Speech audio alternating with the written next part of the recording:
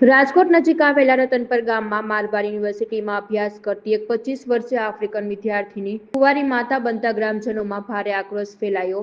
આ ઘટનાને પગલે રતનપર ગામમાં રહેતા અન્ય આફ્રિકન વિદ્યાર્થીઓ સામે પણ ગ્રામજનોએ વિરોધ નોંધાવ્યો અને તંત્ર તાત્કાલિક કાર્યવાહી કરે નહીં તો મકાન ખાલી કરીને ગામ છોડી દેવાની ચીમકી ઉચ્ચારી છે। મારું નામ હાર્દિકભાઈ આહિર છે। અમારે રતનપર ગામમાં હું છેલ્લા લગભગ 8 વર્ષથી રહું છું। એમાં છેલ્લા 2 વર્ષથી આફ્રિકન લોકોનો એટલો ત્રાસ છે કે જવા દો, વાત જવા દો। એ ન કરવાના ધંધા કરે, દારૂ પીવે, ડ્રગ્સ પીવે, દેહ વેપાર કરે।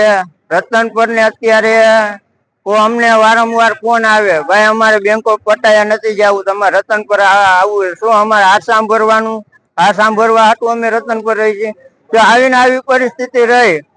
ભગવાન શ્રી કૃષ્ણએ કીધું છે અમારી જયારે સહન શક્તિ પૂરી થશે ત્યારે યુદ્ધ એ જ કલ્યાણની અમારે રણનીતિ લેવી પડશે। ગામ રતનપર, નામ મનોહરસિંહ નટવરસિંહ ઝાલા। અમારા ગામમાં જે આફ્રિકન વિદ્યાર્થીઓ જે મારવાડી કોલેજમાં ભણે છે એમનો આમ સખત ત્રાસ વધતો જાય। એ નો કરવાની આપણે પ્રવૃત્તિ કરી, આપણે મીડિયામાં જોયું, અત્યારે વાત અમે કરી, અને એટલી બધી પ્રવૃત્તિ લોકો કરે છે કે આવડું મોટું ધાર્મિક સ્થળ છે અમારું, અને અહીંયા લોકો ભાડેના મકાનમાં રહેવા માંગે છે કે રહે છે, એ લોકોની તપાસ પણ પોલીસની લોકોને સોંપી છે અને એ કરે છે। તો એમાં અમારે હવે મારવાડી કોલેજના સાહેબોને એ કહેવાનું કે તમે એને આપી દો છો કે એડમિશન, પછી હું અમારી પરિસ્થિતિ એ આપજો, અને જો આની આ પ્રવૃત્તિ થઈ તો આવી રીતે અમારે ત્યાં આવવું પડે અને કાંઈક પગલાં લઈએ તો અમે સરકારને અને પોલીસ ખાતાને પણ વિનંતી કરી છે કે જેથી કરીને અમને આમાંથી ન્યાય અપાવે। અને ન્યાયની માંગણી છે આપ દ્વારા, મીડિયા દ્વારા અમે લોકોને જાગૃત કરવા માંગીએ છીએ કે આ આવી પ્રવૃત્તિ તમે આ લોકોથી તમે સેટારીજો। આની કોઈ આવતા નહીં। રિક્ષાવાળાને પણ એટલો ત્રાસ લોકો આપી દે છે, જે માંસ મટી જે અહીંયા ખાય છે, જેને આપણે પણ શ્રાવણ મહિનો આવી રહ્યો છે, આનો આપણે બંધ કરાવી, સરકાર પણ આનો નિર્ણય કરે કે આને બંધ કરી દેવું જોઈએ। તો એ લોકો જાહેરમાં આવી પ્રવૃત્તિ કરે છે, નો કરવાના ધંધા કરે છે, વાડીમાં જાય છે, એને ના પાડી છે, સમજતા નથી એની ભાષામાં આપણે શું કહેવા માંગે, અને સીધું ઉગ્ર વાતાવરણ કરે છે અને બોલવા માંડે। જો એને કાંઈ કહેવામાં આવે અને અતિ મારવામાં કાંઈ કરવા તો એ લોકો આ ફરિયાદ કરે તો એ શિક્ષક ને અધિકારીને હિસાબે ફરિયાદ કરતા માણા લોકો પીવે। એટલે આનો સરકાર દ્વારા અમારે નિર્ણય લેવાનો છે। અમારે કાયદો હાથમાં ન લેવો, પણ અમારે સરકારને કહેવાનું છે। કાયદો અમે હાથમાં ન લઈ શકીએ, પણ અમારે સરકારને પોલીસને કહેવાનું છે આની તમે કાંઈક પ્રવૃત્તિ કરો, આનો ન્યાય અમને અપાવો। અમારો ગામ જનાવનો આ આશ્વાસન છે। આ વિદ્યાર્થીઓ, આ યુવા પેઢી અમારી જશે ક્યાં, અમને એ ચિંતા છે। એક તો આ મોબાઈલ દ્વારા આપ જોઈ રહ્યા છો બધું, અને અત્યારે પાછું આ લાઈવ પ્રસારણ આપણે જોઈ રહ્યું, તો આમાં શું જોવાનું? અને પાપ તો સાપરે શરીર પોકાર્યું, આપણે જોયું કે શું અંદર ચાલી રહ્યું છે, કેવા કૌભાંડ નીકળી રહ્યા છે। તો આમાં શું કરવું હવે? ન્યાય તમે કહો। અમે તો કોઈ એવા ખાતામાં નથી આ કાર્યવાહી કરી શકી।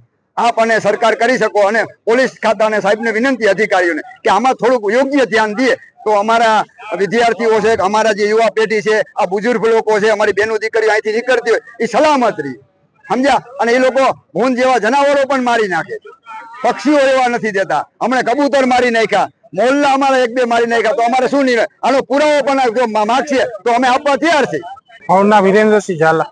અહીંયા બધા આફ્રિકન છે એનો બહુ ત્રાસ છે। તે લોકો બધા માદક પદાર્થના જેમ કે દારૂ, ગાંજો, ચરસ, ડ્રગ્સ એ બધાના સેવન કરે છે।